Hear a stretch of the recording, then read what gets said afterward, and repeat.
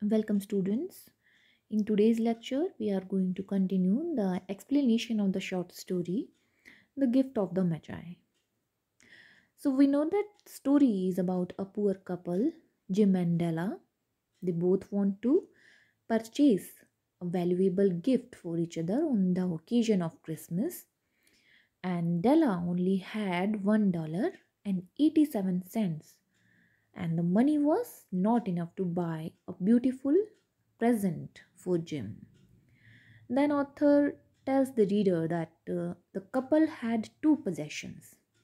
The one was Jim's gold watch and the other was Della's beautiful hair.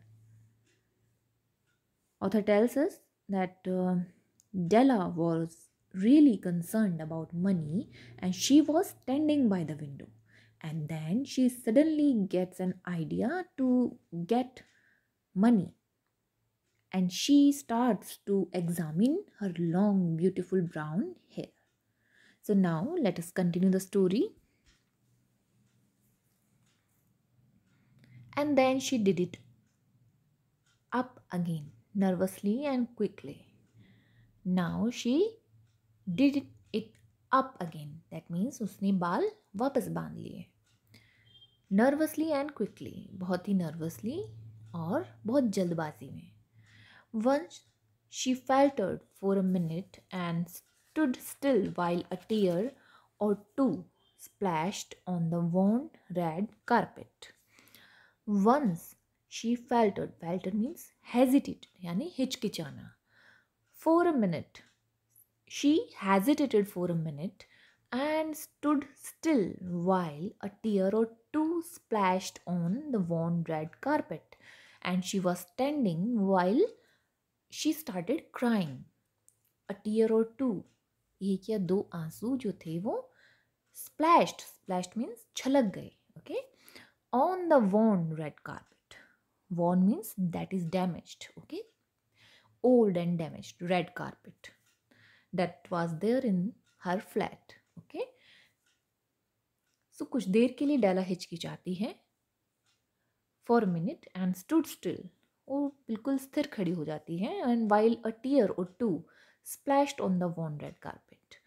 जबकि एक या दो आंसू जो हैं वो उसके टपक जाते हैं. कहाँ पर? उस पुरानी रेड कारपेट के ऊपर.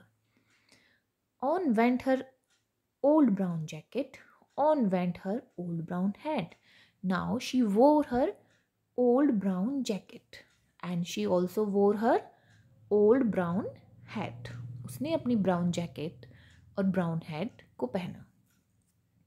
With a whirl of skirts and with the brilliant sparkle still in her eyes, she cluttered out of the door and down the stairs to the street. With the whirl meaning घूमना यानी चक्कर. With a whirl of skirts यानी कि घूमते हुए and with the brilliant sparkle still in her eyes और उसकी आंखों में अभी भी चमक थी.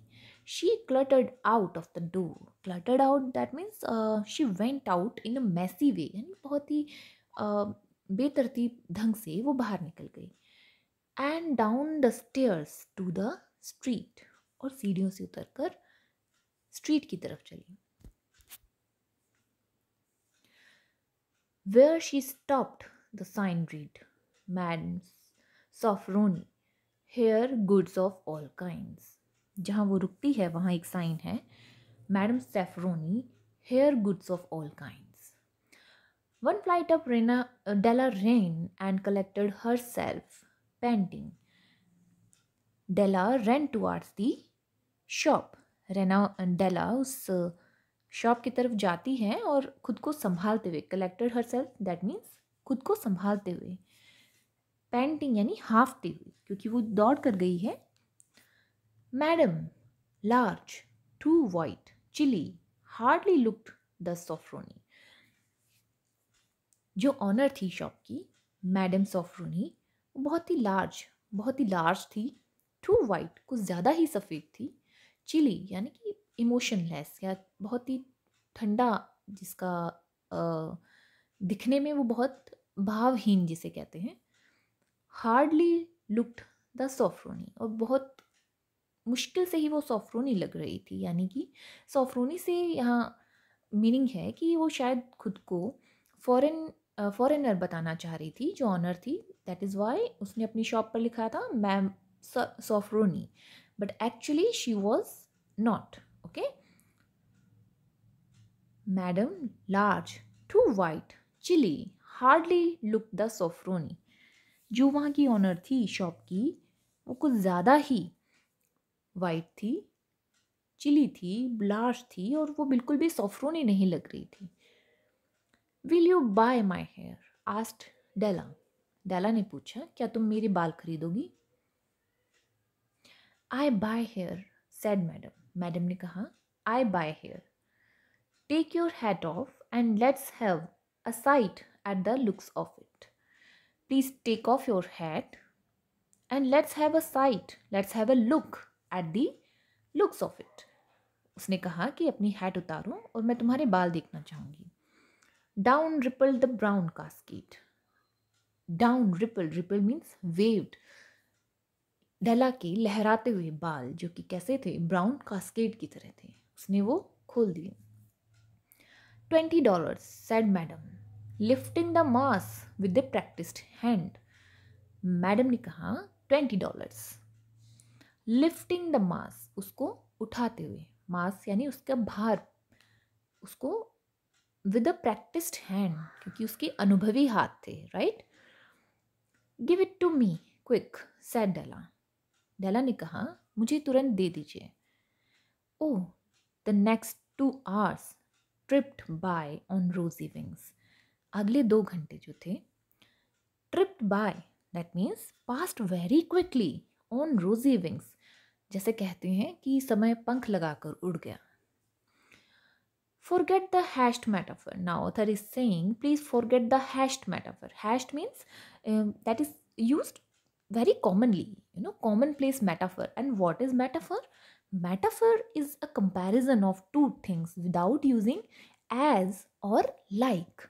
As और like को यूज किए बिना जब आप दो किन्हीं चीजों में कंपैरिजन करते हैं, that is called metaphor.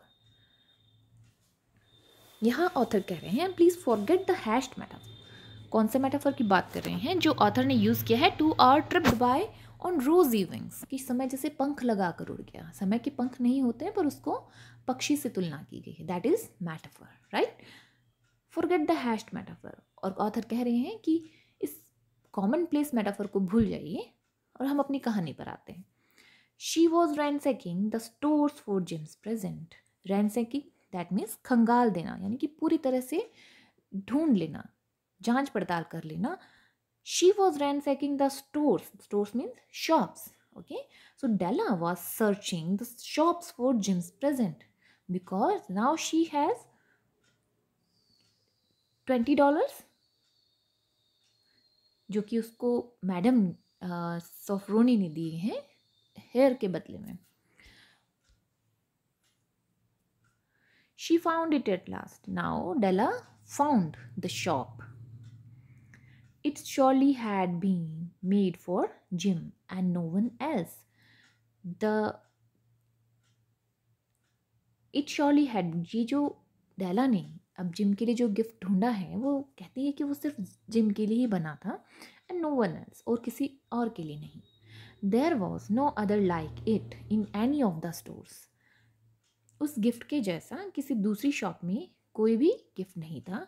And she had turn all of them inside out, और उसने वो सारी ही शॉप्स को पूरी तरह से देख लिया था। It was a platinum fob chain.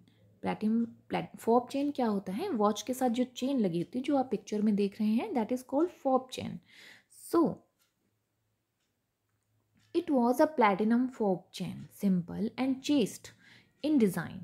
So the thing that Della liked was a platinum fob chain that she wanted to gift to her husband. अब उसको जो प्रेजेंट पसंद आया है वो है प्लैटिनम फोब चेन। प्लैटिनम एक धातु होता है जो कि बहुत कीमती होता है। It was simple and chest. जो चैन थी, वो फोब चेन जो थी, वो बहुत ही चेन प्योर थी, ओके, और बहुत ही सिंपल थी डिज़ाइन में। Properly proclaiming it's value.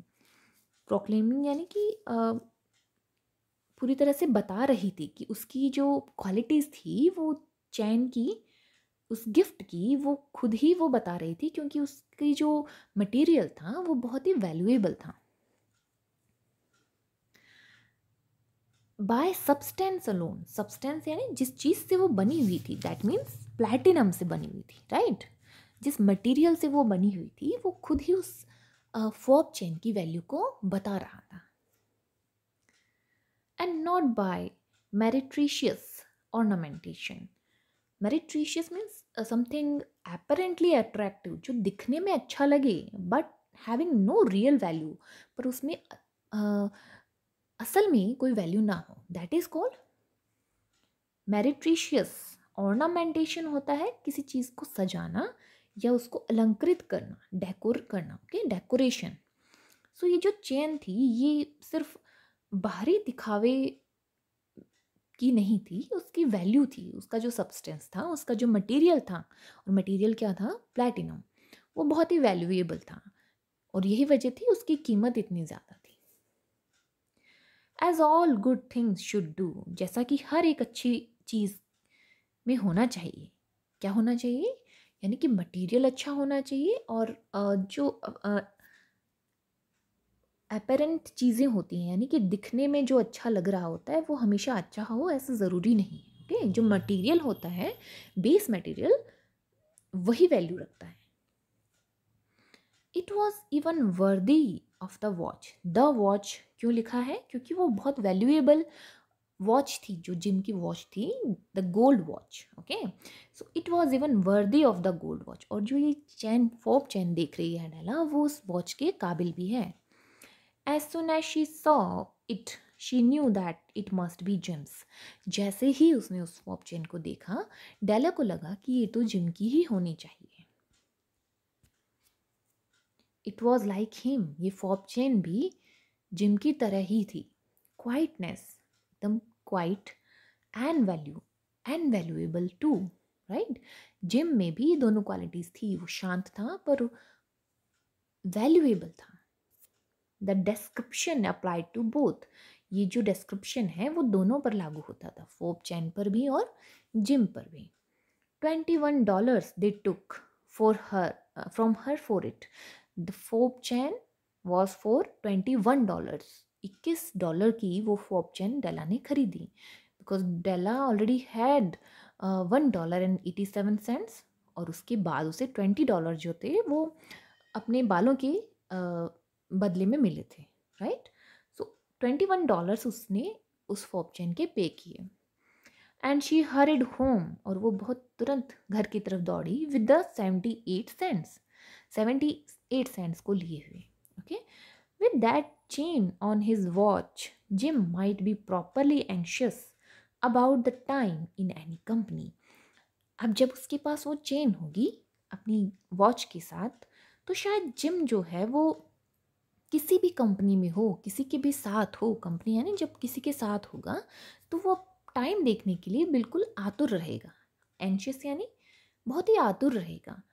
Grand as the watch was, जितनी ज़्यादा सुंदर वो वॉच थी, he sometimes looked at it, लेकिन कभी कभी जिम उसकी तरफ on the sly on the account of the old leather strap. वो जिम जो था, हालांकि उसकी घड़ी बहुत वैल्यूएबल थी, on the sly means secretly देखता था, ऑन द स्लाई यानी कि पर वो समय देखते वक्त, टाइम देखते वक्त जिम जो था अपनी घड़ी को सीक्रेटली देखता था। Why, because the watch had an old leather strap. जो वॉच थी उस पर एक पुराना लेदर का स्ट्रैप यानी फीता लगा हुआ था, okay, that he used in place of a chain, जो कि जिम उस चेन की जगह पर यूज कर रहा था। When Della reached home, her intoxication gave way a little to prudence and reason. Now, when Della returned home, जब डेला घर वापस आती है, her intoxication gave way. Intoxication means नशा, उसका जो नशा था, जो उसने जल्दबाजी में ही जो काम किया था, वो खत्म हो गया। A little to prudence and reason. What is prudence? Prudence is wisdom, यानी कि उसकी बुद्धि और रीज़न, तर्क जो था वो वापस आ गया था. She got out her curling irons. अब उसने अपनी कर्लिंग आयरन बाहर निकाली. कर्लिंग आयरन बालों को कर्ल करने के लिए यानी घुंघराला बनाने के लिए यूज़ होती है. And lighted the gas. And she lighted the gas and went to work repairing the ravages. अब वो क्या कर रही थी? जो नुकसान उसने किया था उसको वापस रिपेयर कर रही थी. दैट मीन्स अब उसने जो बाल कटवा दिए थे उसको सेट कर रही थी. Repairing the ravages. What is ravages? Damage. जो उसने बर्बाद कर दिया था उसको थोड़ा बहुत रिपेयर कर रही थी. कैसे कर रही थी? She was curling her hair. वो उसको कर्ल कर रही थी. Made by generosity added to love. और ये बर्बादी उसने किस वजह से की थी? क्योंकि कुछ ज़्यादा ही जनरसिटी यानी उदारता दिखाना. किसमें? लव में. ओके. इसलिए डेला ने लव में जनरसिटी दिखाते हुए अपने ब्यूटीफुल बाल जो थे वो बेच दिए थे. Okay. Which is always a tremendous task dear friends, a mammoth task. जो कि हमेशा ही एक बहुत बड़ा काम होता है. ट्रिमेंडस मीन्स बहुत बड़ा. ट्रिमेंडस यानी बहुत बड़ा, टास्क यानी काम. Dear friends, a mammoth task. Mammoth means great, बहुत बड़ा. Within 40 minutes, her head was covered with tiny, close-lying curls. 40 minutes के अंदर डेला का जो हेड था वो किससे कवर हो गया था? टाइनी यानी छोटे छोटे, क्लोज लाइन यानी कि पास पास में, कर्ल्स घुंघराले बालों से. That made her look wonderfully like a truant school boy. जिसकी वजह से डेला कैसी लग रही थी? एक ट्रूएंट स्कूल बॉय की तरह लग रही थी. What is truant? Truant is जो बच्चे होते हैं जो रेगुलरली स्कूल अटेंड नहीं करते हैं और बंक मारते हैं, they are called truant. Okay. जो कि स्कूल से एब्सेंट रहते हैं. She looked at her reflection in the mirror long, carefully and critically. अब उसने अपने रिफ्लेक्शन को, अपने प्रतिबिंब को मिरर में देखना शुरू किया और वो बहुत देर तक, फॉर लॉन्ग, ओके, बहुत देर तक सावधानी से अपना प्रतिबिंब देखती रही. एंड क्रिटिकली, और एग्जामिन कर रही थी कि क्रिटिकली यानी अच्छा है या बुरा है, वो ये एग्जामिन कर रही थी. इफ़ जिम डजंट किल मी. अगर जिम मुझे मार ही ना डाले. किस लिए? क्योंकि डेला ने अपने ब्यूटीफुल हेयर बेच दिए थे. She said to herself. उसने अपने आप से कहा, before he takes a second look at me he will say. कि मुझे देखते ही जिम क्या कहेगा? I look like a Coney Island chorus girl. मैं कॉनी आइलैंड पर गाने वाली, कॉरस गर्ल यानी गाने वाली लड़कियां जो झुंड में गाती हैं, कि मैं उसकी जैसा दिख रही हूँ. But what could I do? पर मैं क्या कर सकती थी? Oh what could I do with $1.87. मैं सिर्फ $1 और 87 में कर ही क्या सकती थी? डेला ने अपने आप से ये सवाल पूछा. So that is all for today's lecture. We will continue the story in our next video. Thank you.